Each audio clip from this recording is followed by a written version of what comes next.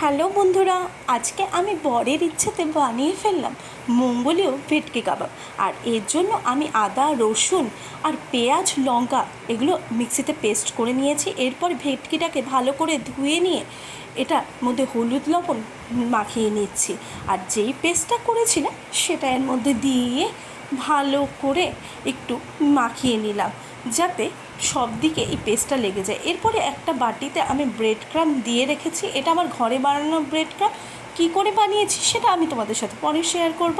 আর এরপরে আর একটা বাটিতে আমি ওই বেঁচে থাকা পেঁয়াজ রসুনের যে পেস্টটা রয়েছে ওটা দিয়ে দিলাম। আর তার মধ্যে কর্নস্টার্চ দিয়ে তার মধ্যে একটু সামান্য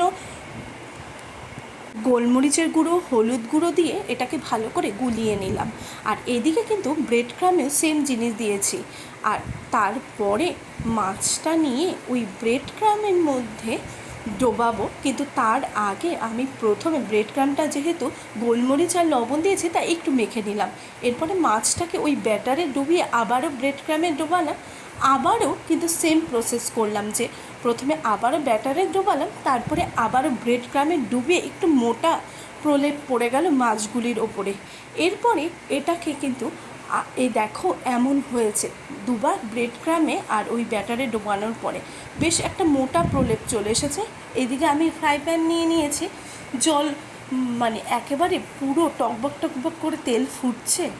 আর তার মধ্যে আমি ছেড়ে দিলাম এই ভেটকির কাটলেটগুলি। এবারে উল্টে পাল্টে নিলেই কিন্তু তৈরি হয়ে যাবে ভেটকির কাটলেট। এটা আপনারা কাসুন্দি দিয়ে, টমেটো সস দিয়ে খেলে আপনাদের দারুণ লাগবে। আপনারা কিন্তু ট্রাই করে বলতেই পারেন যে আপনাদের কেমন লাগলো। কিন্তু ভেটকি ফ্রাই করতে আর একটা অন্যরকমভাবেও করা যায়, যেটা আমি আপনাদের আর একদিন দেখাবো। কিন্তু আপনাদের অবশ্যই কমেন্ট বক্সে জানাতে হবে কেমন লাগলো এই রেসিপিটি।